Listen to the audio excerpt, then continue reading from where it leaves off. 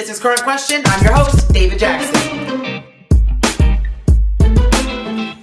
Starting with George Washington in 1789, the United States has had 45 presidents. The presidency is a powerful and respected position.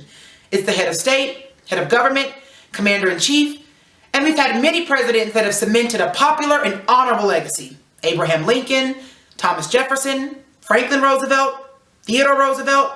But on the flip side, we have the forgotten presidents, the ones that are hardly remembered and made very little impact on American lives. These are the least influential American presidents. William Henry Harrison was the 9th president of the United States.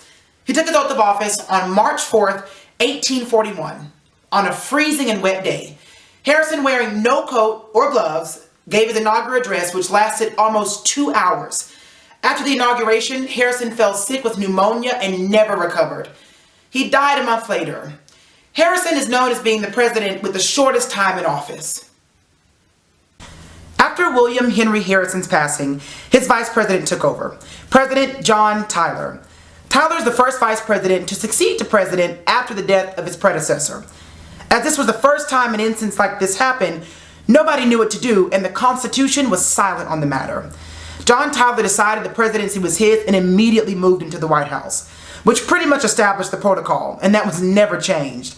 Tyler's critics nicknamed him his accidency, and Tyler soon let go of the former president's entire cabinet. While Tyler did have some successes during his presidency, he generated little followers and dropped out of the next term's election. Millard Fillmore, Millard Fillmore was the vice president for President Zachary Taylor, who died in office in 1850. Fillmore ascended to the president and mainly focused on the Compromise of 1850, a set of bills meant to diffuse the disagreement over slavery, but not abolish it. The compromise mostly just postponed the Civil War, but it really had little lasting effect, as Abraham Lincoln rose to office just a decade later and abolished slavery altogether.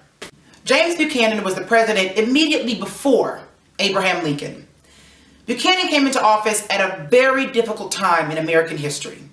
The fight regarding slavery and Southern secession could not be avoided, and Buchanan became known for his unwillingness or inability to provide solutions. By the end of his presidency, he reverted to a policy of inactivity, and he immediately retired after his first term, leaving the country with an imminent civil war. Warren G. Harding became the 29th president in 1921. But his term was cut short when he died of a heart attack a year and a half later. He was well liked and respected during his presidency. But after his death, his legacy was plagued with scandals of bribery, fraud, profiteering, extramarital affairs, and a love child. Nowadays, he's pretty much considered the worst president in American history. Thanks again for watching, guys. Make sure you like, subscribe, and share. I'm David Jackson.